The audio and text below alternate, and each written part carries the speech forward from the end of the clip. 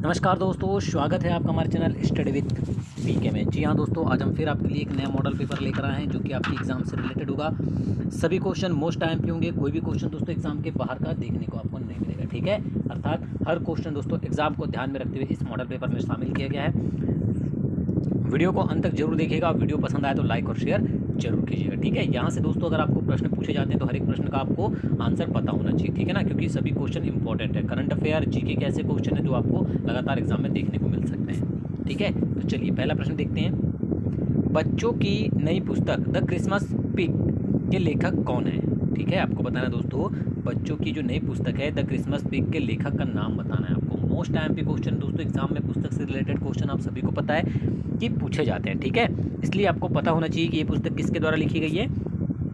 J.K. Rowling के द्वारा, ठीक है। किसके द्वारा लिखी गई दोस्तों? J.K. राउलिंग के द्वारा यह पुस्तक लिखी गई है द क्रिसमस पिग। अगर एग्जाम में पूछा जाता है तो आप लोगों को पता होना चाहिए, ठीक है ना। बहुत ही अच्छा क्वेश्चन दोस्तों, हर एक क्वेश्चन को रट लेना है आपको, ठीक है ना। चलिए आगे बढ़ते हैं फिर। कोबोल किसका प्रतीक है, ठीक है। आपको बताना दोस्तों, कोबोल जो है वो किसका प्रतीक है, दिए गए ऑप्शंस में से आपको बताना है, ठीक है। तो याद रखिए दोस्तों कि कोबोल जो है वो एक कंप्यूटर की भाषा है जिसका पूरा नाम कॉमन बिजनेस ओरिएंटेड लैंग्वेज है, ठीक है। याद रहेगा आपको। ये ऑप्शन नंबर बी है दोस्तों, यहाँ 5 लिखा गया है, कॉमन बिजनेस ओरिएंटेड लैंग्वेज। तो ऑप्शन नंबर बी आपका आंसर हो जाएगा, ठीक है। याद रहेगा आपको कोबोल का फुल फॉर्म, ठीक है, जो कि क्या है दोस्तों, एक कंप्यूटर लैंग्वेज है, ठीक है। वायरस सिग्नेचर का प्रयोग किया जाता है। मोस्ट टाइम पे क्वेश्चन है दोस्तों ये, ठीक है। आपको बताना है जो वायरस सिग्नेचर होता है उसका प्रयोग किया जाता है। किसमें किया जाता है दोस्तों? अगर एग्जाम में पूछा जाता है इस तरह के क्वेश्चन तो आपको पता होना चाहिए, ठीक है। तभी आप सिलेक्शन की ओर बढ़ सकते हैं। तो दोस्तों याद रखिएगा, वायरस सिग्नेचर का जो प्रयोग है वो वायरस पहचानने के लिए किया जाता है। ऑप्शन नंबर ए आपका आंसर हो जाएगा, ठीक है। याद रहेगा आपको, वायरस पहचानने के लिए। चलिए नेक्स्ट क्वेश्चन की ओर बढ़ते हैं। रामप्रसाद बिस्मिल, रोशन सिंह और राजेंद्र लाहिड़ी के बीच क्या समानता है, ठीक है। आपको बताना है दोस्तों कि रामप्रसाद बिस्मिल, रोशन सिंह और राजेंद्र लाहिड़ी के बीच क्या समानता है, दिए गए ऑप्शंस में से आपको बताना है, ठीक है। तो दोस्तों याद रखिएगा कि रामप्रसाद बिस्मिल, रोशन सिंह और राजेंद्र लाहिड़ी तीनों ही हिंदुस्तान रिपब्लिक एसोसिएशन के सदस्य थे, ठीक है। और इन्होंने मिलकर 9 अगस्त 1925 को काकोरी कांड में हिस्सा लिया था, ठीक है। याद रखिएगा। तो ये तीनों जो हैं ये काकोरी कांड के षड्यंत्र मामले से संबंध रखते थे। तो ऑप्शन नंबर डी आपका आंसर हो जाएगा। देखिए दोस्तों, वे सदस्य थे, हिंदुस्तान रिपब्लिक एसोसिएशन के संस्थापक नहीं थे, ठीक है ना। इसलिए आंसर क्या होगा आपका? ऑप्शन नंबर डी, ये काकोरी कांड षड्यंत्र मामले से संबंध रखते थे, ठीक है। ये आपका आंसर हो जाएगा, ठीक है ना। याद रखिएगा। आगे बढ़ते हैं फिर। निम्नलिखित में से किस मंत्रालय ने हाल ही में जेंडर संवाद इवेंट लॉन्च किया है, ठीक है। आपको बताना है दोस्तों कि निम्नलिखित में से किस मंत्रालय ने हाल ही में जेंडर संवाद इवेंट लॉन्च किया है। बहुत अच्छा क्वेश्चन दोस्तों, अगर एग्जाम में पूछा जाता है तो आपको पता होना चाहिए किसने किया है। ग्रामीण विकास मंत्रालय, ऑप्शन नंबर सी आपका आंसर हो जाएगा।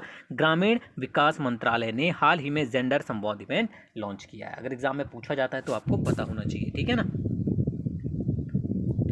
एक सेमीकंडक्टर इंटीग्रेटेड सर्किट पर बनाई गई प्रोग्राम करने योग्य डिजिटल इलेक्ट्रॉनिक युक्ति है। आप सभी को पता है दोस्तों वो कौन सी युक्ति है, ठीक है ना। काफ़ी बार क्योंकि ये क्वेश्चन एग्जाम में पूछा जाता है, तो याद रखिए दोस्तों, माइक्रो प्रोसेसर एक सेमीकंडक्टर इंटीग्रेटेड सर्किट पर बनाई गई प्रोग्राम योग्य डिजिटल इलेक्ट्रॉनिक युक्ति है, ठीक है, जो किसी सेंट्रल प्रोसेसिंग यूनिट यानी सीपीयू के सभी कार्य करती है, ठीक है। तो आपका आंसर क्या हो जाएगा? Option number A, micro processor, ठीक है। याद रखिएगा, ऑप्शन नंबर ए आंसर हो जाएगा माइक्रो प्रोसेसर। एक ईमेल मैसेज को किसके द्वारा प्रोटेक्ट किया जा सकता है, को बताना है कि अगर कोई ईमेल मैसेज है उसको किसके द्वारा प्रोटेक्ट किया जा सकता है। तो आप सभी को पता है दोस्तों, इनक्रिप्शन के द्वारा प्रोटेक्ट किया जा सकता है, ठीक है। ऑप्शन नंबर सी आपका आंसर हो जाएगा, एनक्रिप्शन। बहुत अच्छा क्वेश्चन है एग्जाम के लिए।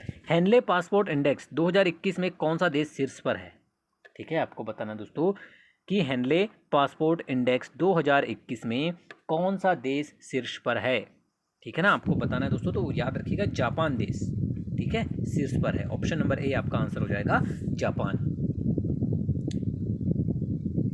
शुद्ध जल का अधिकतम घनत्व किस तापक्रम पर होता है, ठीक है, आपको बताना दोस्तों, शुद्ध जल का अधिकतम घनत्व किस तापक्रम पर होता है। एग्जाम में काफ़ी बार ये क्वेश्चन आपको देखने को मिलता है। ठीक है ना, बहुत ही अच्छा क्वेश्चन है।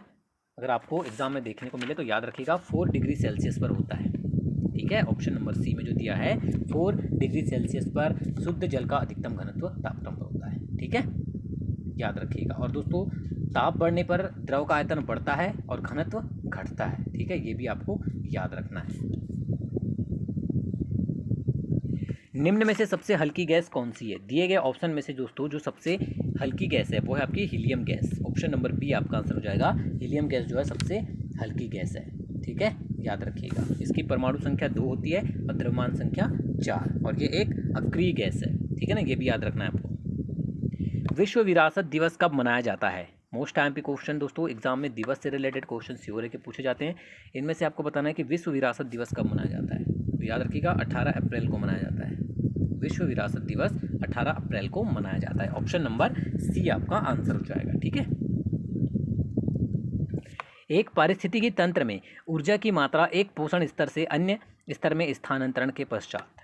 ठीक है, आपको बताना दोस्तों, किसी भी पारिस्थितिक तंत्र में ऊर्जा की मात्रा एक पोषण स्तर से जब अन्य स्तर में, ठीक है, अन्य पोषण स्तर में स्थानांतरण होती है तो उसके पश्चात जो ऊर्जा है, ठीक है, ऊर्जा की मात्रा जो है दोस्तों क्या होती है आपको बताना है, घटती है। याद रखिएगा, ऑप्शन नंबर बी आपका आंसर हो जाएगा, घटती है।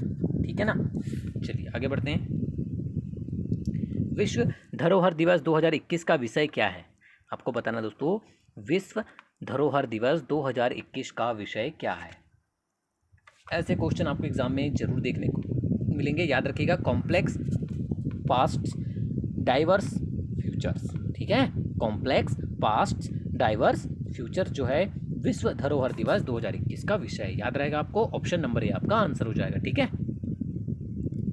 किस देश ने आईसीसी अंडर 19 विश्व कप 2020 का खिताब जीता है। आपको बताना दोस्तों, वह कौन सा देश है जिसने आईसीसी अंडर 19 विश्व कप 2020 का खिताब जीता है। बहुत अच्छा क्वेश्चन है, ये क्वेश्चन भी आपको एग्जाम में देखने को मिल सकता है। ठीक है ना, तो आपको पता होना चाहिए किसने जीता है दोस्तों आईसीसी अंडर 19 वर्ल्ड कप। ये जीता है दोस्तों बांग्लादेश ने। ऑप्शन नंबर डी याद रखिएगा, बांग्लादेश ने जीता है। ठीक है, निम्नलिखित में से किस राज्य सरकार ने 2022 तक हर घर जल लक्ष्य को प्राप्त करने के लिए राज्य की प्रतिबद्धता को दोहराया। ठीक है, आपको पूछा गया है निम्नलिखित में से वह कौन सा राज्य है या किस राज्य सरकार ने 2022 तक हर घर जल लक्ष्य को प्राप्त करने के लिए राज्य की प्रतिबद्धता को दोहराया है। तो याद रखिएगा वो राज्य है आपका पंजाब राज्य। ऑप्शन नंबर सी आपका आंसर हो जाएगा दोस्तों। कौन सा राज्य है, पंजाब। ठीक है, याद रहेगा आपको। चलिए फिर आगे बढ़ते हैं नेक्स्ट क्वेश्चन की ओर। सितंबर 2020 में निम्न में से किसे भारतीय महिला क्रिकेटर टीम का चयन वाली महिला चयन समिति का अध्यक्ष चुना गया। ये क्वेश्चन दोस्तों आपको एग्जाम में देखने को मिल सकता है। ठीक है, तो याद रखिएगा नीतू डेविड का नाम। ठीक है, ऑप्शन नंबर सी आपका आंसर हो जाएगा, नीतू डेविड। ठीक है, मध्य प्रदेश राज्य अनुसूचित जाति आयोग की स्थापना की गई। आपको बताना है मध्य प्रदेश राज्य अनुसूचित जाति आयोग की स्थापना कब की गई। ठीक है ना, तो याद रखिएगा दोस्तों, इसकी स्थापना राज्य अनुसूचित जाति अधिनियम 1995 के अंतर्गत 1995 में की गई। ठीक है, ऑप्शन नंबर बी आपका आंसर हो जाएगा 1995। आरबीआई ने एसेट रिकंस्ट्रक्शन कंपनियों के कामकाज की समीक्षा के लिए समिति का गठन किया। पैनल की अध्यक्षता कौन करेगा। ठीक है, आपको बताना है कि इस पैनल की अध्यक्षता कौन करेगा दोस्तों। नाम याद रखिएगा, सुदर्शन सेन का। ठीक है, ऑप्शन नंबर ए आपका आंसर हो जाएगा, सुदर्शन सेन। ठीक है, याद रखिएगा। आगे बढ़ते हैं। निम्नलिखित में से कौन विश्व का सबसे बड़ा खनन पतन है। ठीक है, आपको बताना है दोस्तों कि निम्नलिखित में से वह कौन है जो विश्व का सबसे बड़ा खनन पतन है। ठीक है दोस्तों, बहुत ही अच्छा क्वेश्चन है। आपको बताना है कि खनन पतन कौन सा है। तो अगर एग्जाम में पूछा जाता है तो याद रखिएगा। ठीक है ना, कौन सा है। 4 ऑप्शन दिए गए आपको, नावा शेवा, हैमिल्टन, हेडलैंड और पार्डन। ठीक है, इन्हीं में से आपको बताना है कि विश्व का सबसे बड़ा खनन पतन कौन सा है। देखिए दोस्तों, ऐसे क्वेश्चन अगर आपको एग्जाम में पूछे जाते हैं, ठीक है ना, और ऐसे क्वेश्चन अगर आप सही करते हैं तो आप निश्चित तौर पे सिलेक्शन की ओर बढ़ते जाते हैं। ठीक है ना, तो दोस्तों कौन है खनन पतन सबसे बड़ा, वो है दोस्तों आपका हेडलैंड। ठीक है, ऑप्शन नंबर सी आपका आंसर हो जाएगा हेडलैंड। चलिए नेक्स्ट क्वेश्चन देखते हैं। हेनले पासपोर्ट इंडेक्स 2021 में भारत का रैंक क्या है? ठीक है, आपको बताना दोस्तों, हेनले पासपोर्ट इंडेक्स 2021 में भारत की रैंक जो है दोस्तों वो है 84वां। ठीक है, ऑप्शन नंबर डी आपका आंसर हो जाएगा, 84वां रैंक है। ठीक है ना, भारत का किसमें? हेनले पासपोर्ट इंडेक्स में। रंजीत सब एक एवं बहादुर सब एक क्या है? ठीक है, आपको बताना दोस्तों कि रंजीत सब एक और बहादुर सब एक क्या है? तो दोस्तों याद रखिएगा, असम कृषि विश्वविद्यालय ने धान की 2 नई किस्म रंजीत सब 1 और एवं बहादुर सब 1 का विकास किया है। ठीक है, तो ये क्या है दोस्तों? धान की 2 नई किस्म है। ऑप्शन नंबर सी आपका आंसर हो जाएगा। ठीक है ना, और किसने निकाला है ये किस्मों को, किसने विकास किया है? असम कृषि विश्वविद्यालय ने। ठीक है, याद रखिएगा, असम कृषि विश्वविद्यालय। भारत के पूर्वी तटों की सबसे ऊंची चोटी है। ठीक है, आपको बताना है कि भारत के सबसे जो पूर्वी तट है वहाँ की जो सबसे ऊंची चोटी दोस्तों है महेंद्रगिरी। ठीक है, याद रखिएगा कौन सी है? महेंद्रगिरी। ऑप्शन नंबर बी आपका आंसर हो जाएगा।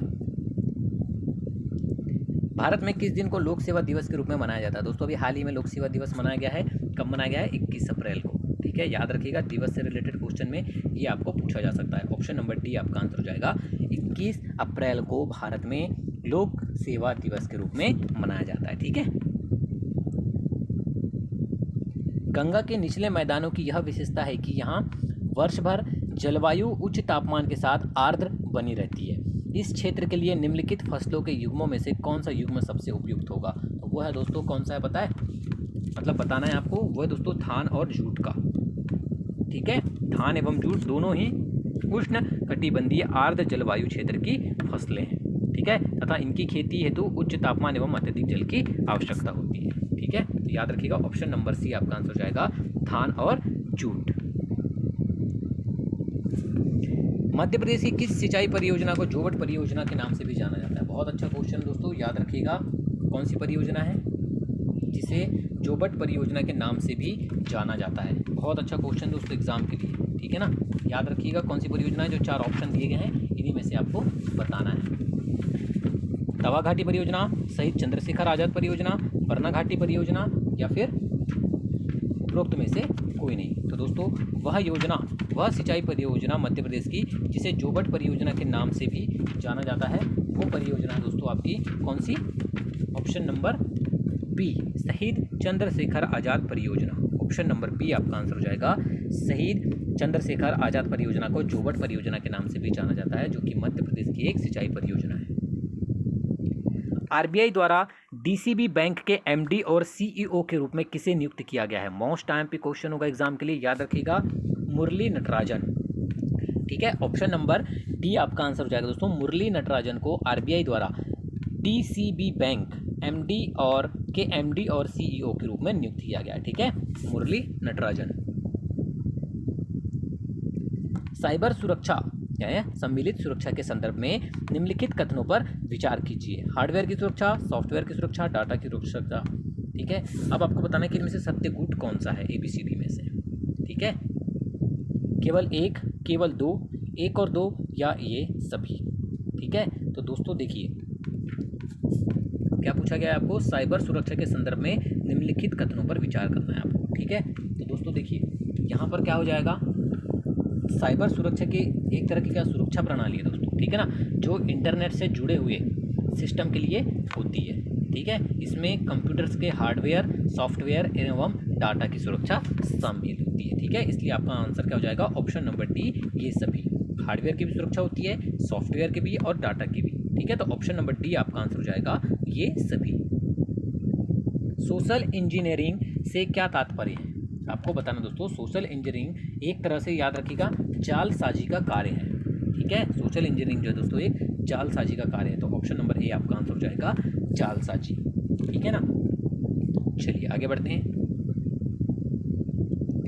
निम्नलिखित में से किसने इटली के इमोला में एमिलिया रोमांगा F1 ग्रैंड पिक्स 2021 जीता? देखिए दोस्तों, इस तरह के भी क्वेश्चन आपको एग्जाम में पूछ लिए जाते हैं, तो आपको पता होना चाहिए। ठीक है ना, तो आपका आंसर क्या हो जाएगा दोस्तों? याद रखिएगा, नाम जिन्होंने इटली के इमोला में एमिलिया रोमांगा F1 ग्रैंड पिक्स जीता है वो हैं आपके कौन? मैक्स वर्स्टपैन। ठीक है, याद रखिएगा, मैक्स वर्स्टपैन का नाम याद रखना है आपको। ऑप्शन नंबर ए आपका आंसर हो जाएगा। इलेक्ट्रॉनिक मीडिया के माध्यम से भारत के नागरिकों को सभी सरकारी सेवाएं उपलब्ध कराने के लिए भारत सरकार की एक पहल है। आपको बताना है भारत सरकार द्वारा कौन सी पहल की गई है, तो याद रखिएगा राष्ट्रीय ई गवर्नेंस योजना NGEP भारत सरकार द्वारा एक पहल है जिसमें इलेक्ट्रॉनिक मीडिया के माध्यम से भारत के नागरिकों को सभी सरकारी सेवाएं उपलब्ध कराई जाएगी। ठीक है, याद रखिएगा, ऑप्शन नंबर ए आपका आंसर हो जाएगा। ये थे दोस्तों आज के मोस्ट टाइम पे क्वेश्चन आपके एग्जाम के लिए, जो कि आपको एग्जाम में देखने को मिल सकते हैं। तो हर एक प्रश्न को आपने ध्यान से पढ़ा दोस्तों, इनके आंसर एग्जाम में याद रख के जाना है। ठीक है, वीडियो को अंत तक देखने के लिए धन्यवाद दोस्तों। वीडियो पसंद आया तो लाइक और शेयर करना बिल्कुल नहीं भूलिएगा। धन्यवाद।